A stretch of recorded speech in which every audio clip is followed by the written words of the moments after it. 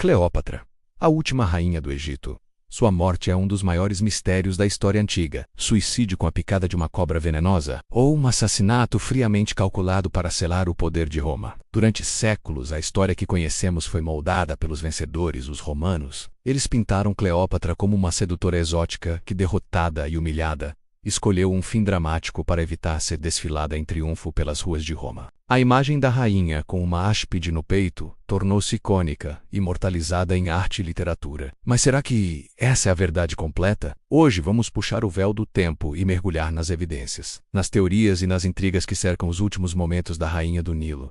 Prepare-se, porque a verdade pode ser muito mais sombria e complexa do que você imagina. A versão oficial contada pelo historiador romano Plutarco diz que Cleópatra conseguiu que uma áspide fosse contrabandeada para seus aposentos, talvez escondida numa cesta de figos. Acompanhada por suas fiéis servas Iras e Cármel, ela teria se deixado picar pela serpente, morrendo de forma régia e desafiadora. Essa narrativa servia perfeitamente aos interesses de Otaviano, futuro imperador Augusto. Ela transformava Cleópatra numa figura trágica e romântica, mas, crucialmente, eliminava qualquer suspeita de que ele a tivesse assassinado. Afinal, matar uma rainha e mãe do filho de Júlio César, Cesário, poderia manchar sua imagem e gerar revolta. Um suicídio era a solução perfeita para a propaganda romana. Mas essa história tem várias falhas. Primeiro, a logística. Como uma cobra, especialmente uma naja egípcia, que pode chegar a quase 2 metros, seria escondida numa pequena cesta de figos sem ser detectada pelos guardas romanos que vigiavam Cleópatra dia e noite, era uma prisioneira de altíssimo valor. Otaviano não arriscaria sua fuga ou um resgate. Além disso, a morte por picada de naja não é nada poética ou rápida. É um processo agonizante, que envolve convulsões, paralisia e asfixia. Não parece o fim digno que uma rainha como Cleópatra escolheria. E tem mais. Plutarco menciona que ela teria testado vários venenos em prisioneiros para encontrar o método mais rápido e indolor. Por que, depois de tanta pesquisa, ela optaria por um dos métodos mais terríveis? Isso nos leva à segunda grande teoria: assassinato por veneno. E se a história da cobra for apenas uma cortina de fumaça? Alguns historiadores propõem uma hipótese muito mais plausível. Cleópatra, uma mulher extremamente inteligente e conhecedora de toxicologia, teria preparado um coquetel de venenos, talvez incluindo cicuta e acônito. Essa mistura, quando ingerida, poderia causar uma morte rápida e relativamente pacífica em questão de horas, sem deixar marcas visíveis no corpo. Isso explicaria por que os guardas de Otaviano, ao arrombarem a porta, encontraram a rainha já morta, parecendo dormir tranquilamente em seu divã, sem sinais de luta ou convulsões. Plutarco até menciona que alguns relatos alternativos falavam de um veneno escondido num pente oco. Essa versão faz muito mais sentido do ponto de vista prático e científico. Mas se foi veneno, ainda fica a pergunta: foi suicídio ou ela foi forçada a bebê-lo?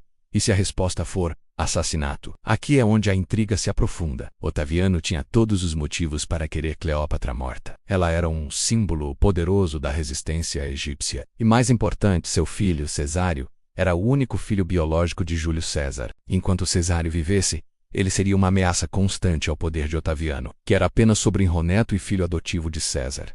A existência de Cesário minava a legitimidade de Otaviano como herdeiro. Pouco depois da morte de Cleópatra, Otaviano mandou executar o jovem Cesário, com a famosa frase: 2 Césares são demais. Não seria conveniente para Otaviano eliminar mãe e filho de uma só vez, garantindo que nenhuma ameaça ao seu poder restasse no Egito? Pense nisso. Um assassinato disfarçado de suicídio. Otaviano poderia ter enviado um agente para forçar Cleópatra a tomar o veneno, ou mesmo envenena-la sem que ela soubesse. Depois, a história da cobra seria plantada e espalhada por seus propagandistas. É a jogada de mestre de um político implacável. Elimina o inimigo, consolida o poder e ainda sai com a imagem de um líder relutante, que lamentou a morte trágica de sua nobre adversária. A história é escrita pelos vencedores. E Otaviano venceu de forma absoluta. Ele não apenas conquistou o Egito, mas também controlou a narrativa da morte de sua maior rival. A imagem da rainha sensual e derrotada que se mata por amor a Marco Antônio ofusca a realidade de uma estrategista política brilhante que foi, muito provavelmente, eliminada por seu inimigo. A arqueologia moderna também lança dúvidas sobre a história da cobra. Em 2010, pesquisadores do Museu de Antiguidades de Berlim examinaram textos médicos antigos e concluíram que a morte por veneno de cobra teria desfigurado o corpo de Cleópatra, o que contradiz os relatos de sua beleza preservada na morte.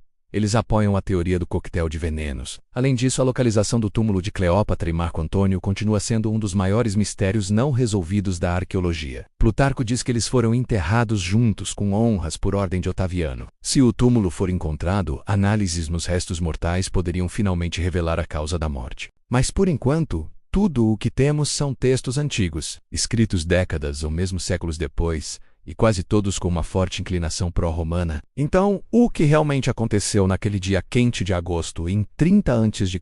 em Alessandria? Cleópatra, encurralada e sem esperança, escolheu a morte em seus próprios termos, usando um veneno rápido para negar a Otaviano sua humilhação pública. Ou ela foi vítima da última e mais cruel jogada de seu adversário, um assassinato político brilhantemente orquestrado e disfarçado para a posteridade. A verdade, como o túmulo da rainha, continua perdida nas areias do tempo. Mas ao questionar a versão oficial, nós honramos a verdadeira Cleópatra. Não apenas uma amante trágica, mas uma líder poderosa, uma política astuta e uma rainha que lutou até o fim pelo seu povo e pelo seu legado. A história dela é um lembrete de que muitas vezes os mistérios mais fascinantes não estão nas pirâmides, mas nas intrigas sombrias dos palácios. E você? Qual é a sua teoria? Cleópatra foi a arquiteta de seu próprio fim? Ou uma vítima da ambição romana? Deixe sua opinião nos comentários, eu adoraria ler o que vocês pensam sobre esse enigma. E se você gosta de desvendar os segredos obscuros da história, não se esqueça de se inscrever no canal e ativar as notificações. Temos muitos outros mistérios antigos para explorar juntos. Obrigado por assistir e até a próxima.